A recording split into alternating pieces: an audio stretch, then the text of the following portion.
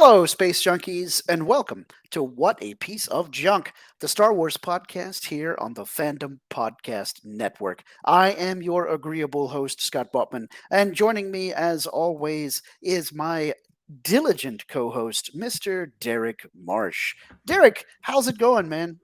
It is going really well. It's Sunday evening.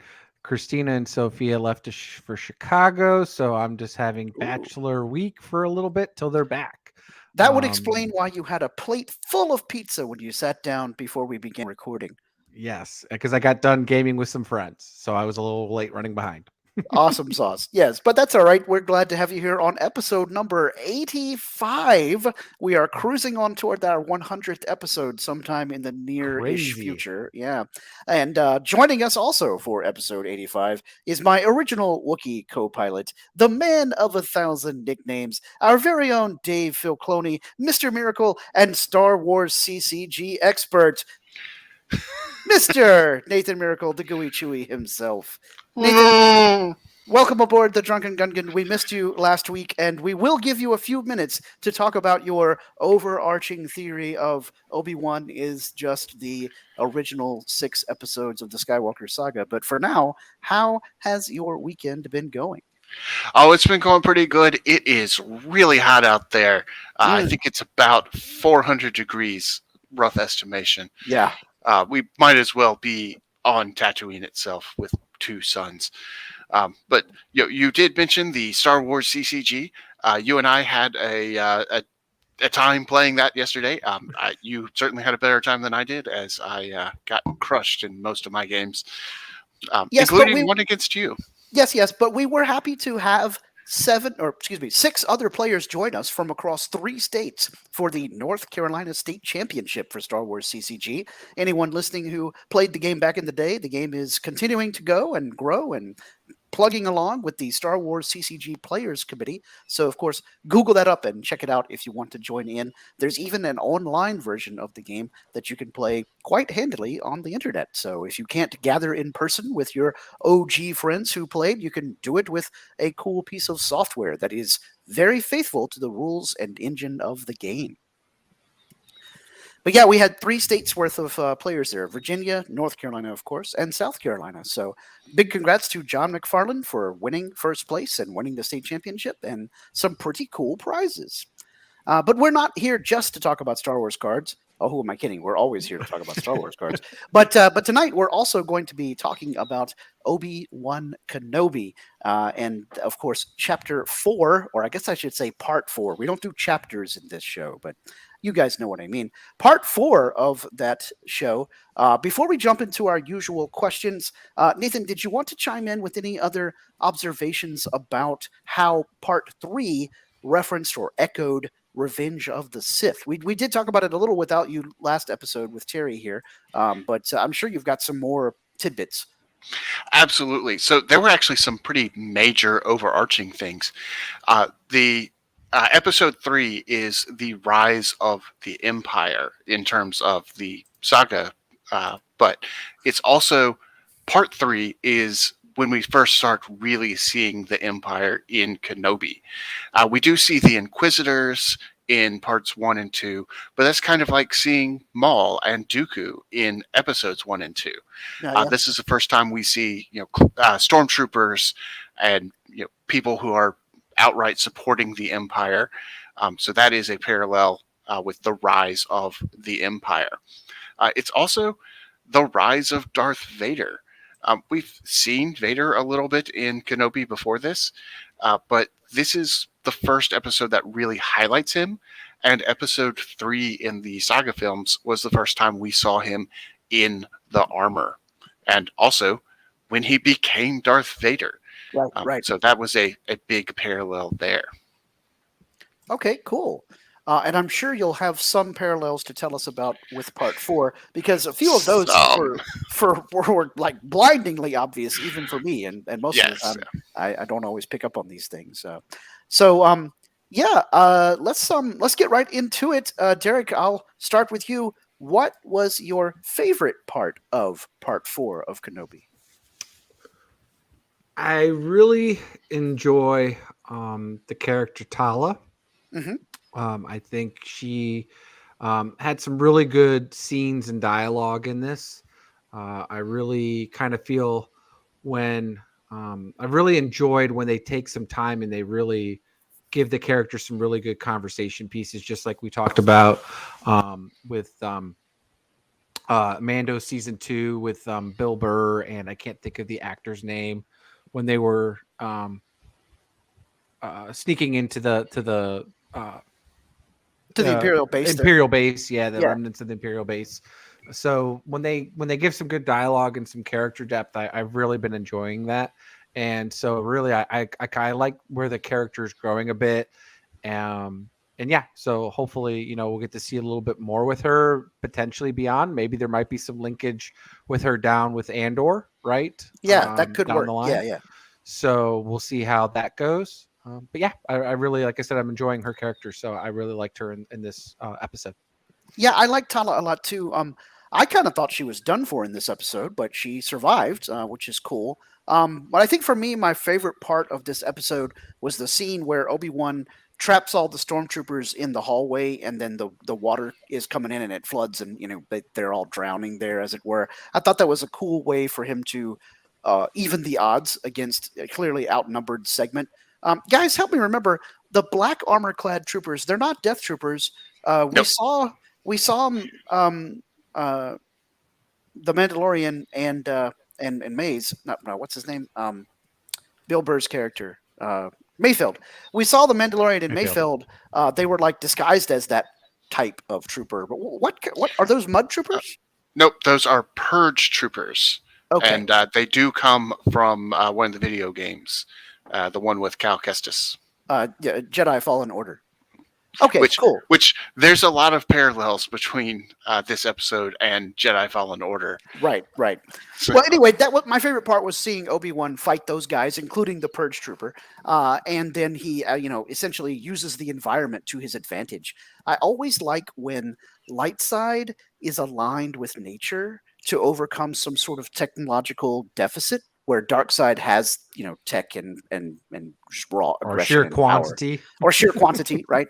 And then light side is aligned with nature. So like in Rebels when the Bendu helped out the rebels, or when the Purgil showed up to help out the rebels at the end of the series, and then of course like in Return of the Jedi when the Ewoks are the natives are there and they're using nature to fight the Imperial troops on Endor.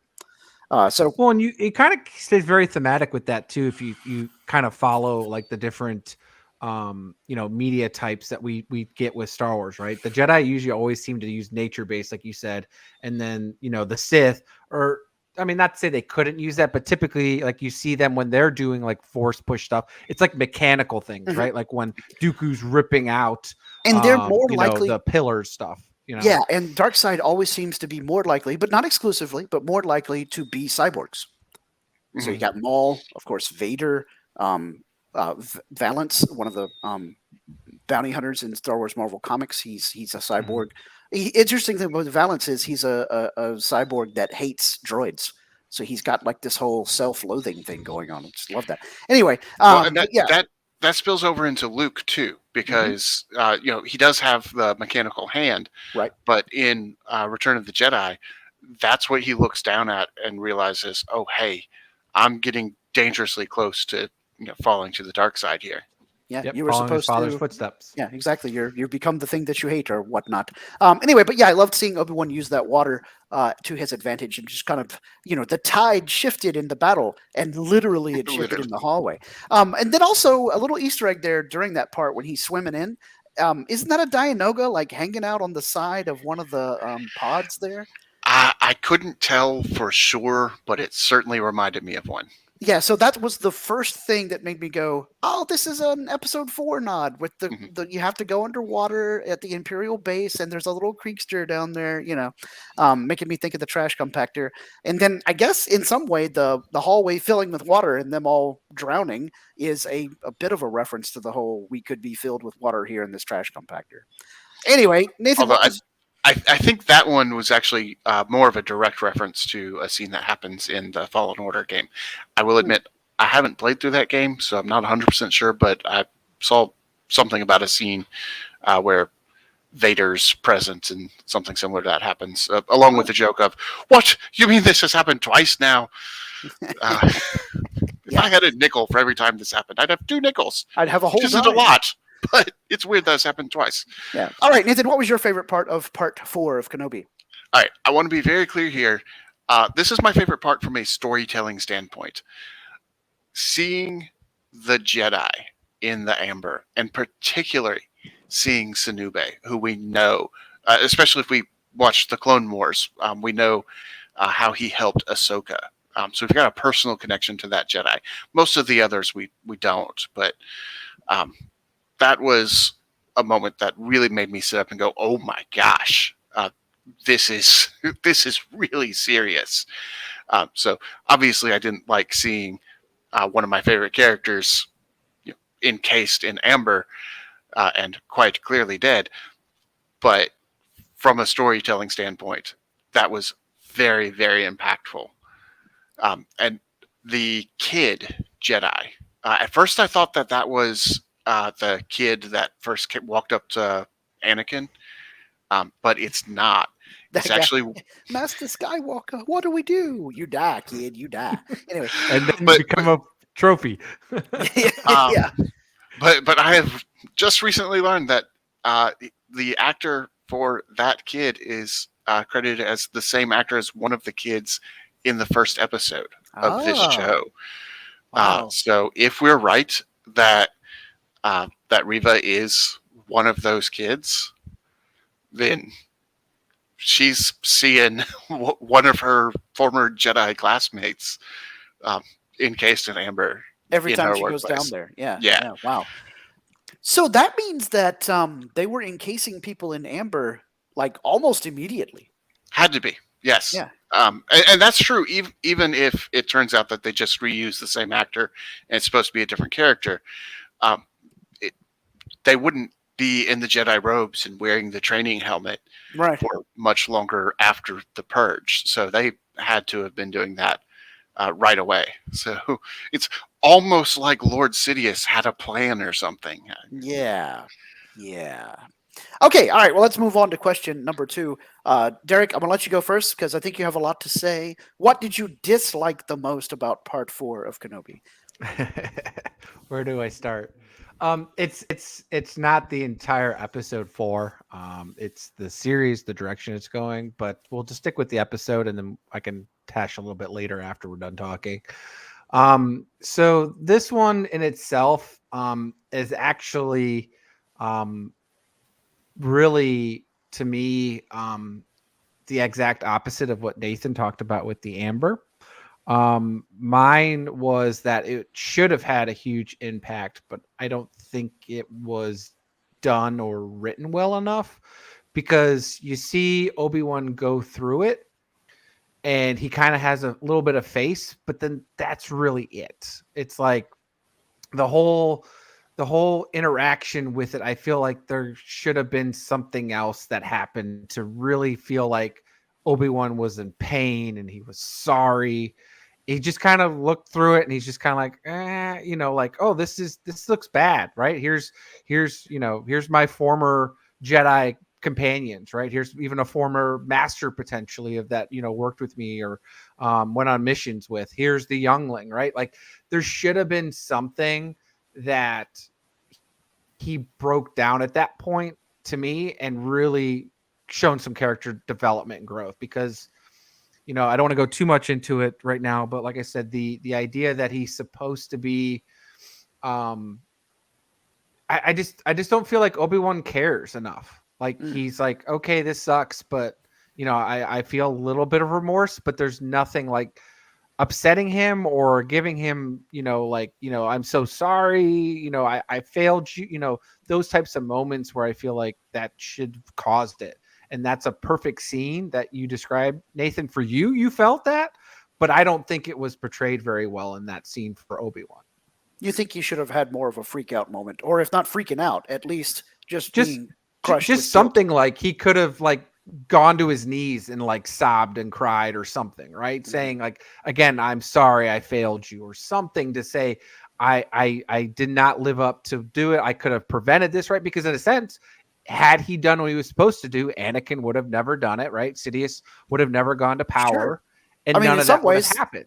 it's like Anakin said to him, or Vader said to him back in part 3, I am what you made me, right? Yeah. And so, like, But Obi-Wan feeling guilty, I feel like Ewan did a good job of portraying that feeling in part 3, especially those scenes where he's like panicked when Vader is on yeah, planet. I agree to some point. Yes, he did a better job with that, but he was But almost like a shell of himself, which I yeah, was fine with. Like we talked about last time with Terry, I was fine with that. But like I said, just nothing that was in here to really say, like to your point, Nathan, like this should have been like, I don't want to say an aha moment, but to me, it should have been a moment of something, right? Something that snaps Obi-Wan into some type of emotion, whether it's rage, it is complete sadness, regret, or something that should have clicked, in my opinion, should have clicked. Because if that's not enough, like I don't know what the next 2 episodes are going to be to make Obi-Wan basically regain his, I guess, his faith in the Force. yeah. I definitely see where you're coming from. That Ewan didn't necessarily give us enough of a, oh my god, this is terrifying. I can't believe they've had people encased in, for lack of a better term, amber, like this since they got killed by the dark side user, whoever that may be, Inquisitor, Vader himself, troopers, whoever Yeah, killed the him. trophies. Yeah, Yeah. the trophies. Right. Yeah. For me, the part I disliked the most about this episode was, I think that we saw Quinlan Voss in Amber, and I felt like the little hint was that Quinlan, like in part 3, we had the little hint that Quinlan Voss had been through there and he was like going to be part of the way. And then I think, and I could be wrong, I hope I'm wrong, but I think we saw him in Amber. Like we saw a Jedi with dreads in Amber right at the beginning of the scene with all the Amber stuff. And I'm kind of like you, Derek. I wanted that Amber scene. It certainly had impact to me as a viewer. I did want Obi-Wan to have more of a feeling of guilt. Although, on the other hand, I feel like it may have been the part that pushed him over the edge to, now I have to stop messing around, because he then did his cool little I'm going to kill you from the shadows thing against those troopers to rescue Leia, where, like, I don't know if, I'm thinking maybe if he hadn't seen all those Jedi be in trouble, or in the Amber, having been defeated, when he got to the interrogation room, he may have not killed the troopers. He may have just incapacitated them. But once he saw what was happening, he decided, okay, it's time to stop messing around. I'm going to chop these guys up with my lightsaber, or at least defeat Then them. I would have loved him to do that as they were leaving, Mm. rather than just kind of sneaking out. Like he should have went full Jedi rage mode. Yeah, I don't know if he for did them that to though. escape that platform. I'm not sure they would have made the escape if he did that though, because Oh then all the yes, Inquisitors would have. Obi-Wan would have done that. Maybe. Obi-Wan would have cleared the way. He would have cleared the way for them if Obi-Wan got rageful. Maybe so, but that just proves why this is my least favorite part of the episode, and yours too, because we're both sitting here thinking this should have gone a different way, whatever way that may be. Neither of us liked the Agreed. way that it actually went. Right? Okay, Nathan, take yourself off mute and let us know what your least favorite part of the episode was.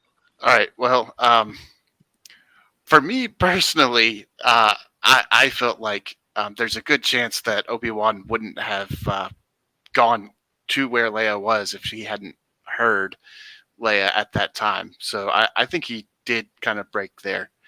So I don't quite see where you're coming from. But you know what? It's okay. We can have different opinions. That is perfectly fine.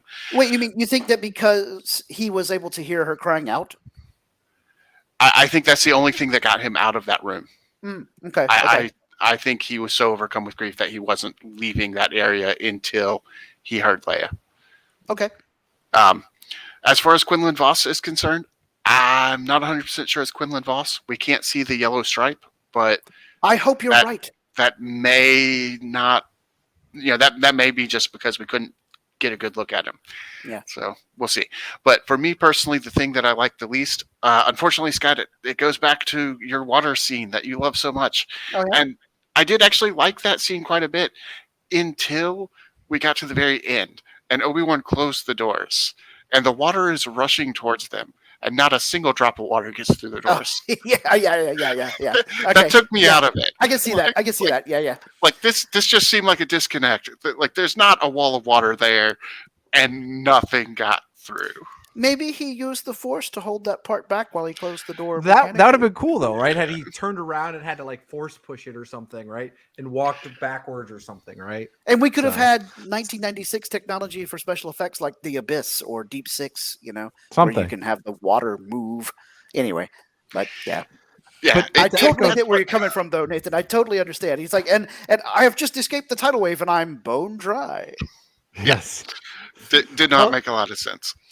And to your point, Nathan, though, if that's supposed to be Quinlan Voss, we didn't get anything out of that too, right? Like if that was Quinlan Right. Voss, that was Obi-Wan's one of his best friends. Like that should have been a moment of something.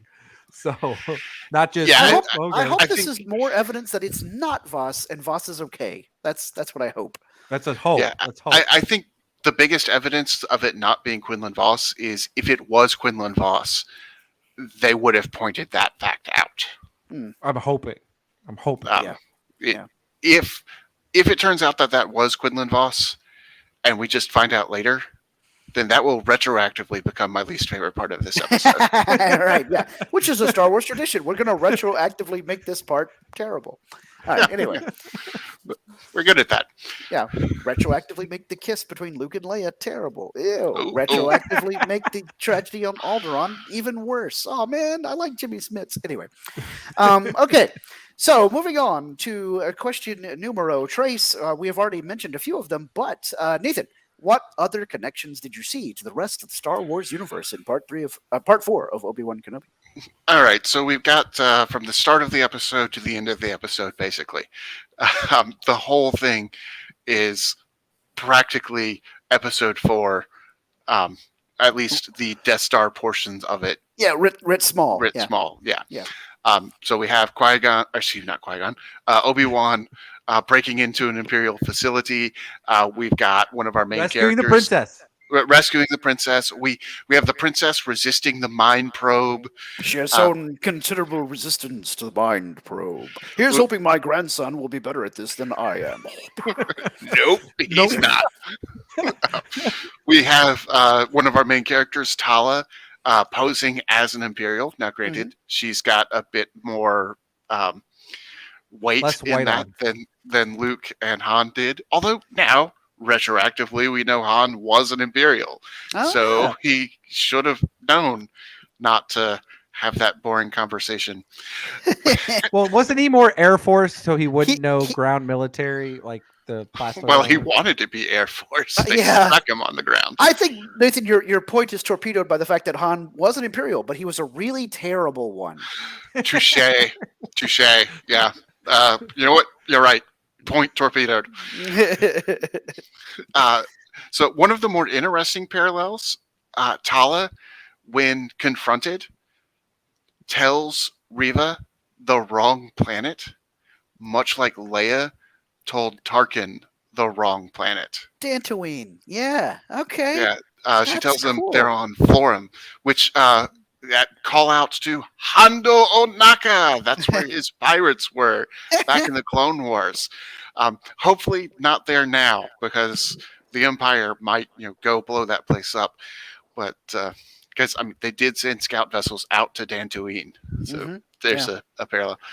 We did get snow speeders, or at least land speeders, T-47. T-47s, Yeah. which is more of a parallel to Empire Strikes Back, but we'll get into some possibilities for that for next episode too. So lots of parallels, and Scott, as you said, I do think that was a Dianoga. That's cool. Derrick, what connections? did Real you see? quick too. Did they escape on a Curlian Corvette or no? No, No, it's some It other wasn't kind a of it ship. Curlian was- Corvette. Okay. I was trying to see that the whole time, because I was really hoping this episode would prove my theory. was So different. at the very start, I was watching that ship very carefully to see if it was a Corellian Corvette, and it wasn't. At that point, I thought, "Oh no, my theory!" And then the rest of the episode happened. Yeah. Never mind. Not only is my theory correct, everyone's going to catch on now. Yeah. In fact, they have. I have seen multiple mainstream and then of course lots of fandom articles on the internet recently, like in the past 3 days, about how actually we think that Obi-Wan's a retelling of all 6 parts of the original trilogy and prequel trilogy and blah blah blah. And I'm like, You welcome to the don't party, pal. say! All right, Derek, what connections did you see between this episode and the rest of the galaxy? I mean, Nathan pretty much hit a big chunk of it, right? I mean, really, the biggest thing was obviously, the characters in the Amber, right? That was that. A reference I'm to trying Star to Wars think. Rebels with Master Barriss Ophi? No, yes? No. Luminara, Master Luminara. Right. That was frozen in the little thingy as a trick or trap for other Jedi. Uh, uh, Side note on Barriss Ophi, though, I really want to know what happened to her. Yeah. Is it? Could she be that one Inquisitor?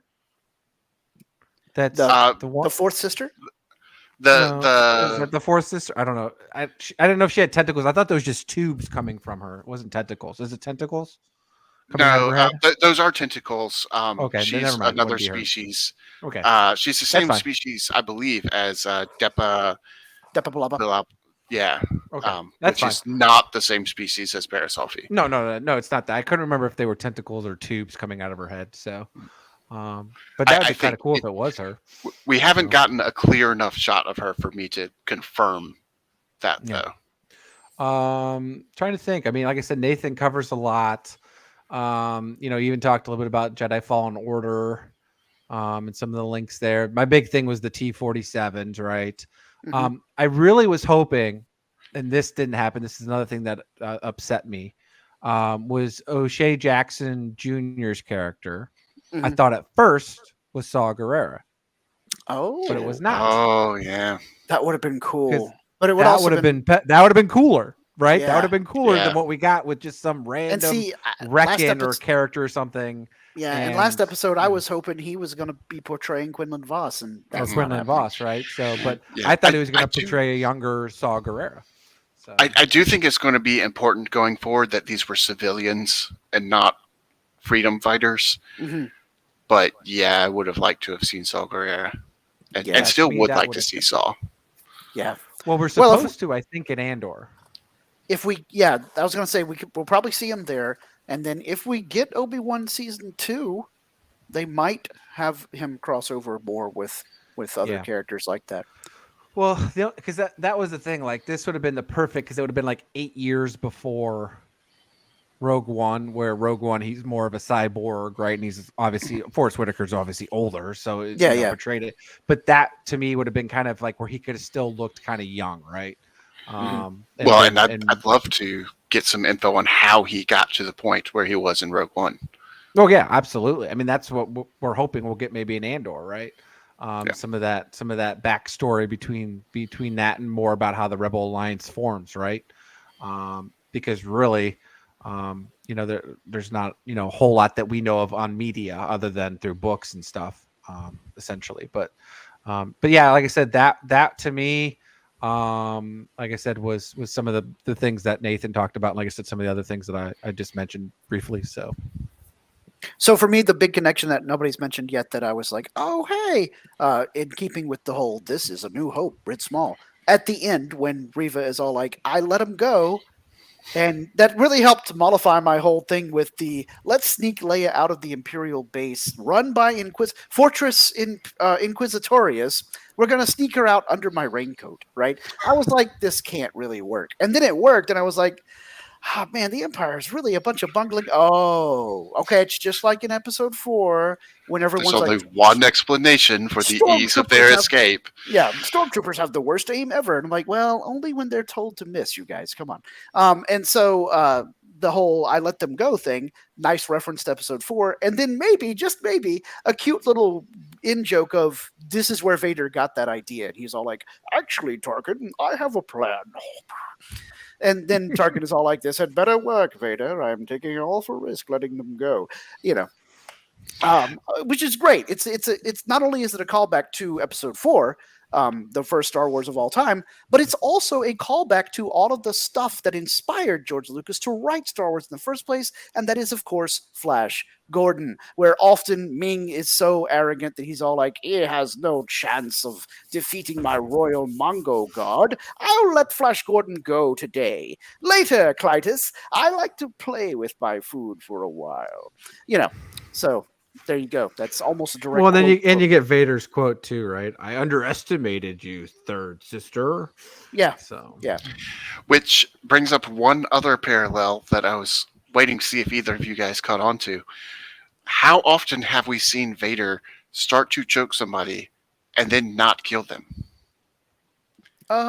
Captain Nita, right? No, sorry, Admiral Piet, right? Wasn't he gonna kill him? no, he never choked. He never never did choked Piet. Admiral Piet, but there is another admiral that he started to choke and did not Ozzel. kill. It was Mahdi. Mahdi. Mahdi, that's right. Yeah. Yeah, Ozzel, very dead. Clumsy, stupid, dead. Yeah. Well, but, That- that's right. Plus, The that first time references Ozzel, ESB. the first time Mahdi's Ozzel the one who gets, does it. the first time Ozzel gets in trouble, he doesn't choke him. It's the second time when he was all like, "He has failed me for the last time." Grack. Yeah. Right. Yeah. So that's another parallel to Episode 4.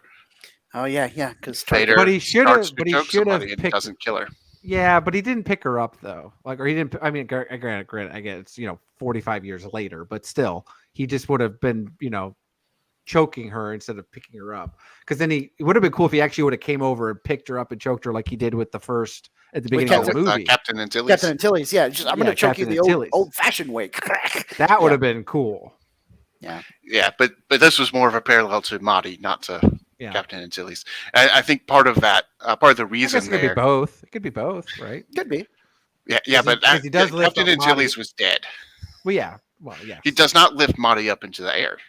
No, I was just he lifts Antilles up into the air. up. So it's kind of like I said, a mixture both that way if you look at it. But yeah, it's you're like right. More with the but I think the reason they went more with the Mahdi side of it is because that's the more famous scene. Yeah. But see, Tarkin well, wasn't plus there. she's an Imperial, so she gets away with a little bit more than a rebel. Yep. True. And Tarkin wasn't there to rein Vader in, though. So, which kind of Also makes you true. wonder, after all this stuff that we've seen with the Inquisitors and stuff, is Vader gonna like run afoul of Palpatine again? And then Tarkin is gonna be sort of given the unenviable assignment of, and I want you to Babysitting make Vader? sure that Vader does better than he's been doing. Well, in the comics, that does happen with General Tage. Mhm. Because we don't see General Tage after that meeting. He's the one who was very cautious and was like, hey, it's possible, however unlikely, that they may find a weakness and exploit it. He left the Death Star, went back to his fleet, and after Episode 4, he was in charge of the fleet pretty much up until Empire Strikes Back. Yeah. And being in charge of the fleet meant that he also outranked Vader. Yeah. Until Vader got fed up with him and killed him. Right. I'm going to blow your mind. You know how a few years ago we found out that Princess Leia's blockade runner is the Tanta V4? Mhm. He's General Tag. He will always be General Tage to me. I heard it in some radio drama or whatever. I think it was the crew over on Skywalking Through Neverland that was talking about it. And they were like, this is really weird, but he's General Tag. And then when they were doing their 1980s Marvel Comics episode, episodes, plural, they were talking about how his brother and sister, Tag's brother and sister, are big characters in the 1980 Marvel Star Wars comics. 1980s, that decade. So yeah, that blew my mind. I was like, who is General Tag? Oh my gosh, that's the guy who was all like, in the boardroom meeting. But is that still? But when does Thrawn take over the fleet? Because he after? Well, no, I guess no. Actually, it would have been before, but technically disappears. So to be fair, never mind. Yes. Scratch that, reverse it. Never mind. I want that stricken from the record. He's gone. He's disappeared. That's right. He's somewhere in He's space whale bait. So do we get in Thrawn at unknown the end region. of this? Oh, that'd be cool. Oh, And yeah. that would be a good setup / tie-in for Ahsoka. Well, tie into Rebels, which then Mhm. ties into Ahsoka. But I mean, if we get a live action debut of Guy Yeah. in blue makeup, it'll be a good promo for, and coming later Absolutely, this year. right? Yeah. Yeah. But that would be where you possibly see Thrawn, because he'd be young Thrawn at this point still, to some degree. Yeah. Yeah, and Disney, when they have interconnected properties, is known to have stingers with that sort of thing. Some stingers, yeah. Because, okay, all right. Slightly well known for that. Yeah, or do we get something that ties into Rebels, like I said? So, which doesn't have to be Thrawn. I mean, it could be Tarkin, right? Because Tarkin's in season 1 of Rebels, right? Your irascible rebels. Yes. Or do we get, Kahless? We could get Kahless, a live action Kahless. So we'll see. Okay. Moving on to question 4. Question 4. Yes, my gosh, I've totally lost track because of all the crossover talk. So I did question 4 for this episode. So here we go. Does the Empire plan to use those frozen in ember Jedi as beacons for traps like they did in Star Wars Rebels, or is it some other nefarious purpose? Nathan? Maybe. Yes. I don't know. So I don't think that they're going to use them in quite the same way because it looks different. We see the bones of Master Luminara. She doesn't seem to have been frozen in amber. So I think they may be doing something else. I think the most likely thing that they're doing is trying to create a strand cast. A clone or a created being that is not cloned directly from another being. I think that might be how we end up tying into The Mandalorian. Because this might be... Or Rise of Skywalker. Rise of Skywalker. This might be where they're trying to...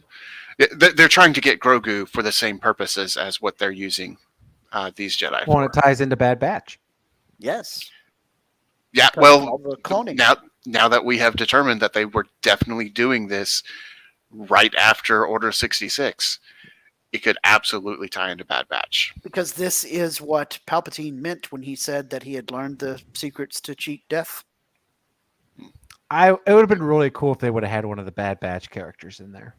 Oh, yeah. Just to tie it in. All right, in the Amber? Yeah. Which Bad Batch character would be in the Amber? Any one of them. I don't care. I mean, because technically it's still 10 years. It's 10 years before when Bad Batch happens is right after, maybe a year. So it's 9 years before Bad Batch season 1. But I think Derrick specifically means Omega. No, I don't care which Bad Batch character we would have gotten in the Amber. I mean, because they all have to theoretically die at some point outside of potentially Omega. But don't you think that everybody in the Amber has to be someone who uses the Force? That's what I think. I thought that to me, well, but let's be honest though, the Bad Batch are specifically different types of clones that cause genetic superiority, in my opinion, right?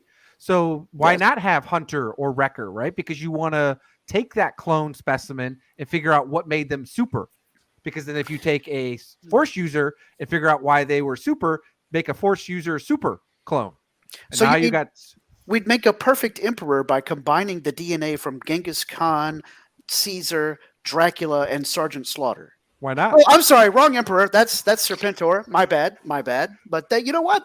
Same idea. Perfect clone body, combining all the best parts of all these other people. Or figure out why that clone became a super strength user of some sort, right? Because then you could take that with the Force user and make your own super Sith army. Yeah.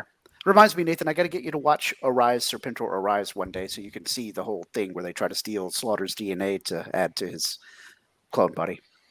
Anyway, that would have been cool. It would have been a cool crossover too. So I agree with you guys that it's definitely for the trap and probably for the whole Strandcast thing. But I also think that it might be Jurassic Park.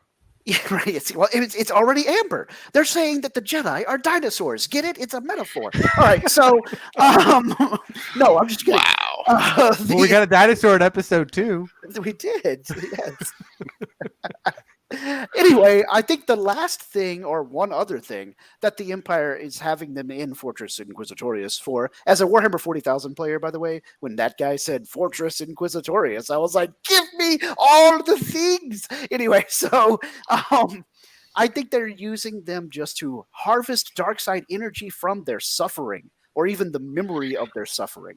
Because we know from Kylo Ren and, of course, Vader himself that dark side users get power from pain. And this is like a big time, long term emotional Jedi pain. Emotional So are they damage. bottling it up like in Monsters Inc. and putting them in Yeah, canisters something and like shipping them that. off to the Emperor? Yeah. Now yeah. that We raises see a him question. doing his best President Scroob with the canned air, but it's canned pain.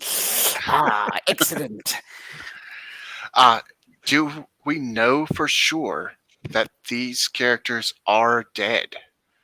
Or are they in some form of suspended animation to where they Like are carbonite freezing? kept in pain the entire time? See, that would make my whole point about power from pain more impactful. But I actually Yeah. think that it's most of the time they're dead because, like, remember with Master Luminara in Rebels, he thought she was alive, but she was really dead. She was just like a Force echo. But I think that one or two of the Jedi Masters that are trapped have mastered some sort of bespoke, unique force power of putting themselves into a suspended animation. And someday we'll get a story where somebody cracks open one of those, a light side guy cracks open one to be like, we're going to give this person a proper burial. And the person is like, I'm not actually dead. So it's Encino Man. We get Pauly Kinda, Shore and yes, Brandon exactly. Fraser. Again, dinosaurs. And you know where the perfect place for that would be? A stinger at the end of episode 6 of Kenobi. No, Visions. Star Wars Visions. Yeah. Because then they could be waking up thousands of years into the future. Exactly. So it's Demolition Man. Yes. And we could have Dexter's Diner as one of the winners of the restaurant wars. Fast food wars. What was it? Yeah, it'd be the fast food wars. Fast So food wars, yeah. everything would be Dexter's Diner instead Exactly. of Taco Bell. So And Either that or it's Idiocracy. no, I just really love the idea that like Quinlan Voss is all, why is everything Dexter's Diner for fine dining? What are you talking about, Hey, Dexter? what about these 3 seashells? What are you talking about? Yeah. I wouldn't eat that burger. It's made of womp rat. Anyway. Oh, this writes itself. We should make this film. Okay. I was gonna say, Nathan, have you seen Demolition Man? Nope. Ah, I have no clue what we're We talking about. we just bulldozed the whole thing right into you. So Yep. there you go. I just laugh every time because you and I, Scott, are making all these references, and Nathan's know. just like, And Nathan's okay, just I'll go for the nodding, ride. nodding and smiling. Oh nodding yes, and yes. That is exactly what it could be like. smiling. Yes, If yes, that is womp what rat. it is like. Yes, womp rat. Yes, Womp That's Rat the Burger. That's the Yes. sandwich. Anyway. Okay. All right. So, and fifth and final question. So, Nathan, you wrote this one. So, hit us. No, Derrick wrote this one. Oh, sorry, Derrick. Derrick, you wrote this one. Hit us with the fifth and final question. Do you think they'll keep Leia this time, or will Obi-Wan lose her another time for a total of 3 times this season?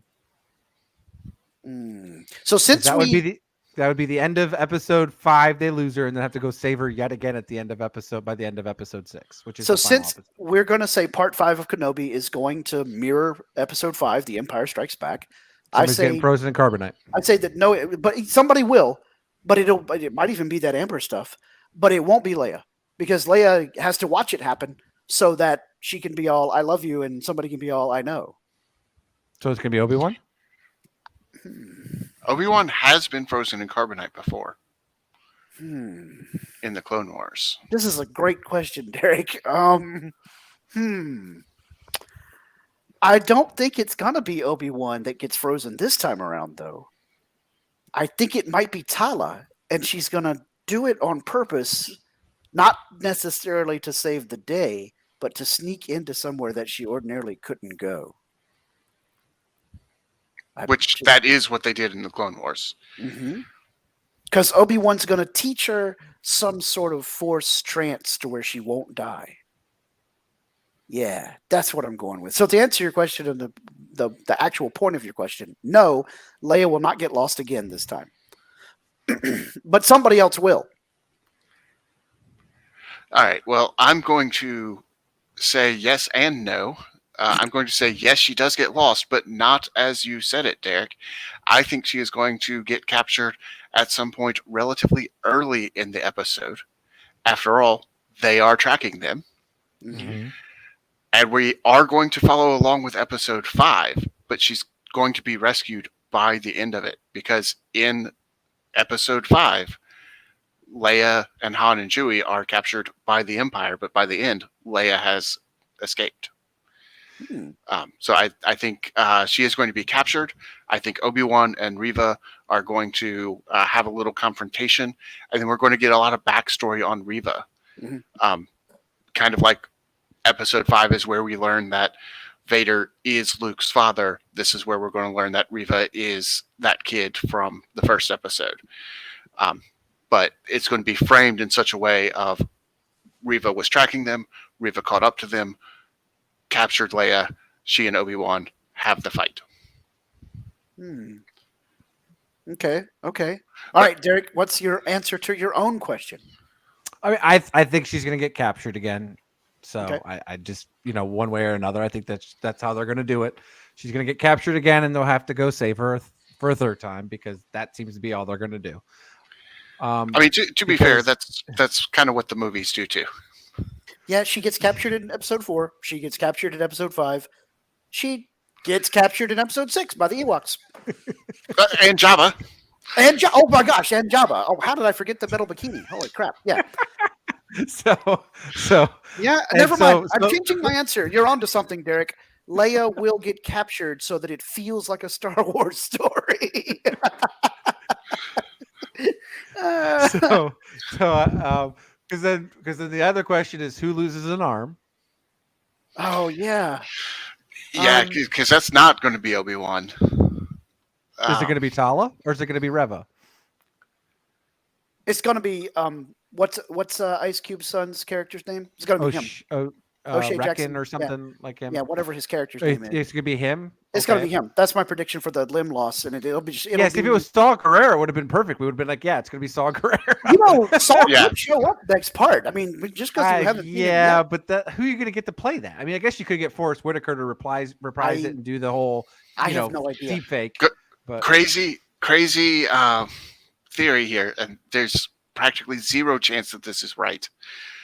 O'Shea's character did say that his wife could, float rocks, and the Empire hunted her down. Yeah. Maybe he changed his name to hide, and then after the events of Obi-Wan Kenobi, changes it back to Saw Gerrera, and he's Saw Gerrera the whole time. I hope that's not what happened. That'd be really confusing. Okay, yeah, this one's way out there. I don't think that's happening, but so who loses I'll put it Nathan? The very, very remote possibilities. But yeah, now I really want to know what his character's name is. I'm going to go over Reckon or something like that. Rockin' or something. I think Reva loses an arm.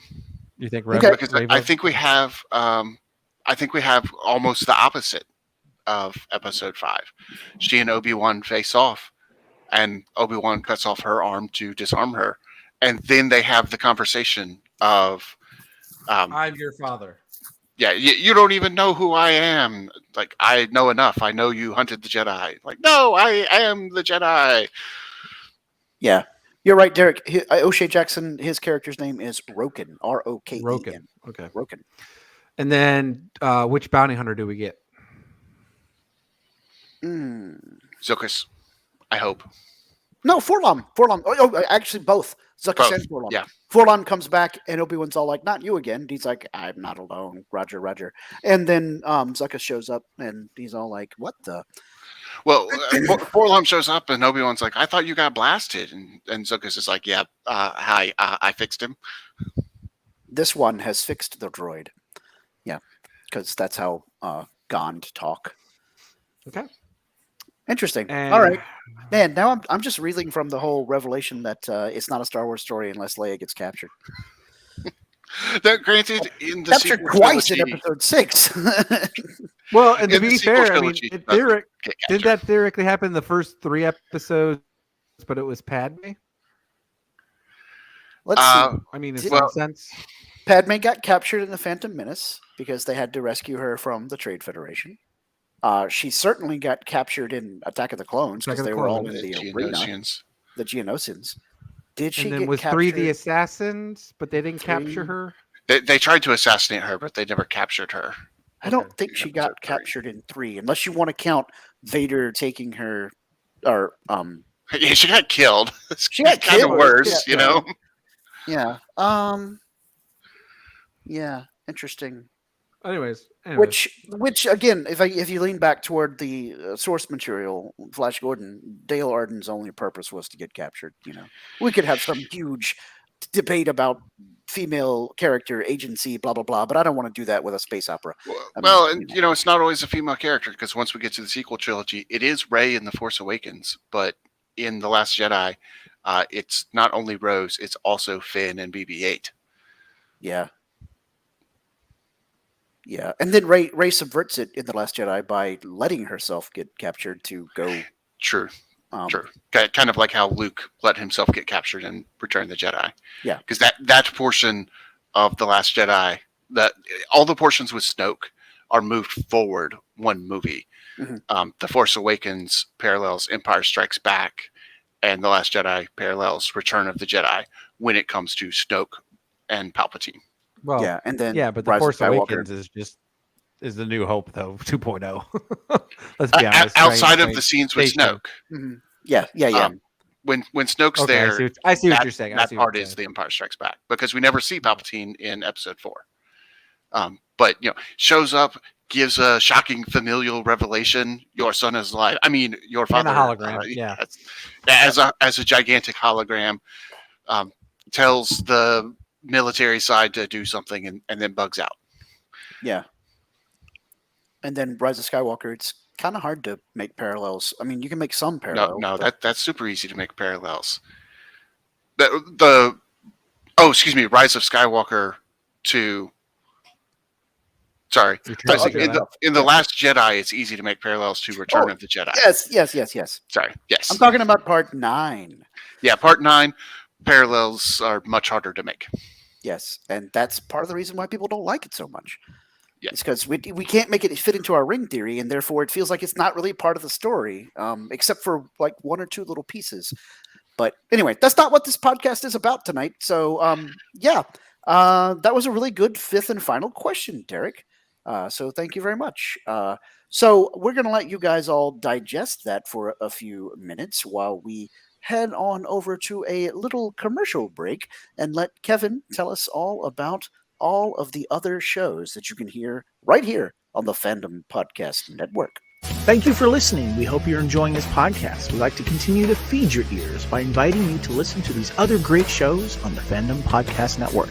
It starts with our flagship show, Culture Clash, discussing the latest in entertainment pop culture. Bloody Kings, Immortals Take Notice, our show covering the entire Highlander universe. Couch Potato Theaters, where we celebrate our favorite movies. Time Warp, the Fandom Flashback podcast discussing a year in movies and our favorite retro movie and TV pop culture topics. Good Evening, discussing all things Alfred Hitchcock. Union Federation, our Star Trek and Orville show. Hair Metal, the 80s and early 90s rock metal podcast. Type 40, our show covering the time-traveling Doctor Who universe with host Dan Hadley. Lethal Mullet, an 80s and 90s action film podcast with host Adam P. O'Brien. Also check out the Lethal Mullet Network for more great podcasts. What a Piece of Junk, a Star Wars podcast with hosts Scott, Derrick, and Nathan. Making Treks, a Star Trek podcast, a deep dive into the final frontier with host Mark Newbold and Adam P. O'Brien. And check out our newest shows, The Fandom Show, our monthly Fandom Podcast Network live YouTube exclusive show about the month's hottest topics in fandom, and the FPN True Believers MCU podcast, discussing the Marvel Cinematic Universe and the related Marvel television and streaming MCU universe, including the connections to the original Marvel comics. You can find the Fandom Podcast Network on several platforms. Please subscribe to the Fandom Podcast Network YouTube channel to receive notifications of new podcast episodes and live events. You can enjoy all of the Fandom Podcast Network audio podcasts on our master feed at fpnet.podbean.com. The Fandom Podcast Network is on all major podcast platforms, including Apple Podcast and iTunes. You can find the Fandom Podcast Network on Facebook. You can email us at fandompodcastnetwork@gmail.com. You can also find the Fandom Podcast Network on Instagram at Fandom Podcast Network and on Twitter at FanPod Network. Thank you for listening, and remember, respect others and enjoy your fandom.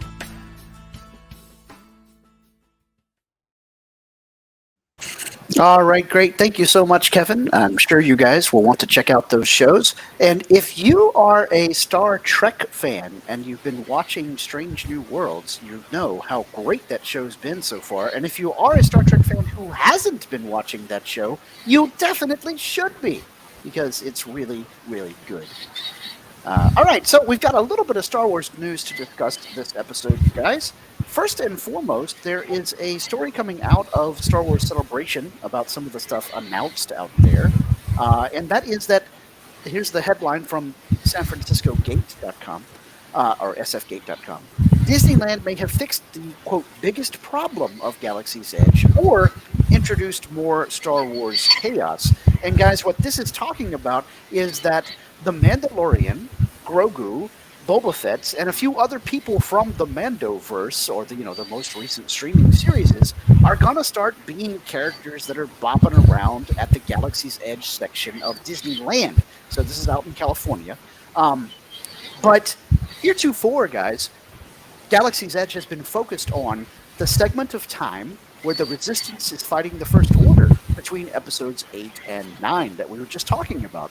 So, what do we think is going to happen if these characters somehow bump into Kylo Ren and some First Order Stormtroopers who are from like 25 years into the future? um, you know, Derrick, what do you think? Are they just going to cordon them off somehow, or just go with it, or? To me, let's be honest. I mean, I don't think most of us really care that much, unless if you're like truly trying to LARP, right? I mean, right? Because let's be honest, that's part of the fun of is fantasizing. Well, if this character would face this character, right? What Padme versus Reva, right? We'd never get that, right? So, it'd be cool to get it, but it doesn't bother me that much. I mean, at the end of the day, for them to, and we've talked about this, for them to solely focus on one era of Star Wars was stupid, because there's so much out there that every generation of fan may enjoy something better, right? So why limit yourself to just that? I mean, we've talked about it, that it would make more sense to be on a 3 or 4 month rotation, and for the first 4 months of the year hit the prequels, the next 4 months hit the OT trilogy, and the last 4 months be the sequels. And they could have really focused on that and offered it. The other thing is too is, again, they've just built 2 Galaxy's Edges, but one's in California and one's in Florida. But why did you make them the same? Why not make them completely 2 different things? Because then that way you could have enticed people to say, well, I spent every year going to Disney World in Orlando, but I really want to do Galaxy's Edge in California, Anaheim. Right. Let me go there for once, right? Especially the rides too. Like, why do you have to make the rides the same thing? Like, I get it costs money to do all this stuff, but it costs so much money for material anyways. You could have just built 4 different rides essentially. Yeah. Nathan, what do you think? Is Din Djarin going to be telling Kylo Ren to get bent, or I don't think he is. I think they're going to try to keep them slightly separate for a couple of different reasons. One, the article itself talks about how Disney properties try to keep characters who never met away from each other in the parks, and that extends even into Disney proper. I talked about how Snow White and Ariel never meet in the parks because they never met in the movies, except for Ralph Breaks the Internet. Which totally doesn't count. Right, yeah. Not really a thing. So I think they are going to try to keep them separately. The real reason I think they're going to try to keep them separately is the cruise. When you're on the cruise, the Halcyon, you have a storyline that you're going through, and that's all set in a particular time period. Mm-hmm. And there are away missions. In the away missions, you actually go to Galaxy's Edge and do certain things. So you go down to Batuu. Yeah. Right. Yeah. You get in the shuttle. Right. Go to Batuu. And you've got a little pin or emblem that identifies you as someone who is staying at the hotel, so that the people at the park know, oh, hey, I should interact with them in this way, or they may have found this clue or what have you. But you're in Galaxy's Edge itself. But it's supposed to be part of the story. And I think for that part of the story, they're going to want to keep people, characters who aren't from that time period away from those areas. I think once you get out of those areas, there's more likelihood that, hey, Mando is standing over here and Kylo Ren's standing over there, and maybe they're not talking to each other, but I can see them both at the same time. Right. But I think if you're in the hotel and doing the experience, when you go to Batuu, they're going to try to keep that very much set in that time period. So it's an interesting to note that you talked about that, because there's another article. I didn't actually put this on the docket for the show, so surprise. There's another article recently came out that said, at least for Tomorrowland in Disneyland, again Anaheim, in that park for the next few weeks, Darth Vader will be visible and interacting with guests, and you can get your picture made with him in Tomorrowland. So importantly, that is not within Galaxy's Edge, but it's still a original trilogy character in park, in costume for the first time in a long time. I mean, yes, Chewbacca and R2-D2 are there, but they're the sequel trilogy era versions of Chewie and R2. So Vader bopping around Tomorrowland hasn't really happened since before Galaxy's Edge opened in 2020. I know because I saw Vader at Tomorrowland in Disneyland in October of 2019. Also got to see trilogy OT Chewbacca when I was there. And so those guys were there for photo ops at the what used to be the Carousel of Progress in Tomorrowland, but they took them away when Galaxy's Edge opened in 2020. You could also sometimes find Boba Fett there, but you had to be real canny. They didn't announce his times. Like, he would sometimes randomly be in the spot where Vader was. I didn't get to see Fett on my trip. I was kind of sad. Anyway, but yeah, I think you guys are right. Or rather, I think Nathan is right. They're not going to have them interact. But Derrick is also kind of right in that by not having them interact, it's not going to be that big of a deal that Mando and Grogu and them are there, because they'll be in their own little deal. Well, we used to play Star Wars Destiny, where you could explicitly have characters from all over Star Wars interact, and that was part of the appeal. That was a selling point. They advertised, hey, have you ever wanted to see what happens when Darth Vader teams up with Kylo Ren, or what have you? Although he ended up usually pairing with the Tusken Raider, which I always found interesting. Yes. And Kylo usually ended up pairing. Well, that was Snoke. Elite Vader. If you didn't do Elite Vader, you could have paired him up with Kylo Ren. True. Of course, we also did some of that yesterday at the Star Wars TCG Championships. I had Anakin doing stuff with Rey, so. And I had, Qui-Gon started off dead in my light side deck, but I had General Kenobi and Rey at the same time. General Kenobi and Master Luke Skywalker. Right. Yeah. Oh, Luke, look how good you've become in the Force. Anyway, so cool. Okay. All right, next headline. Marvel Comics has revealed that this October, finally, Yoda is getting his own Star Wars comic book series. It will be a limited edition 10-issue series spanning several hundreds of years of Yoda's life. So there was a discussion that I was involved with on Facebook the other day about how it would be really cool to have a Lando Calrissian television series on Disney Plus that every episode begins with Billy D. Williams talking about some story he remembers, and when we flash back, it's Donald Glover playing Lando as a younger man. And then every so often, some alien at the table interrupts Billy D's tale to be like, that's not what really happened. And then we cut back to a scene with them talking, right?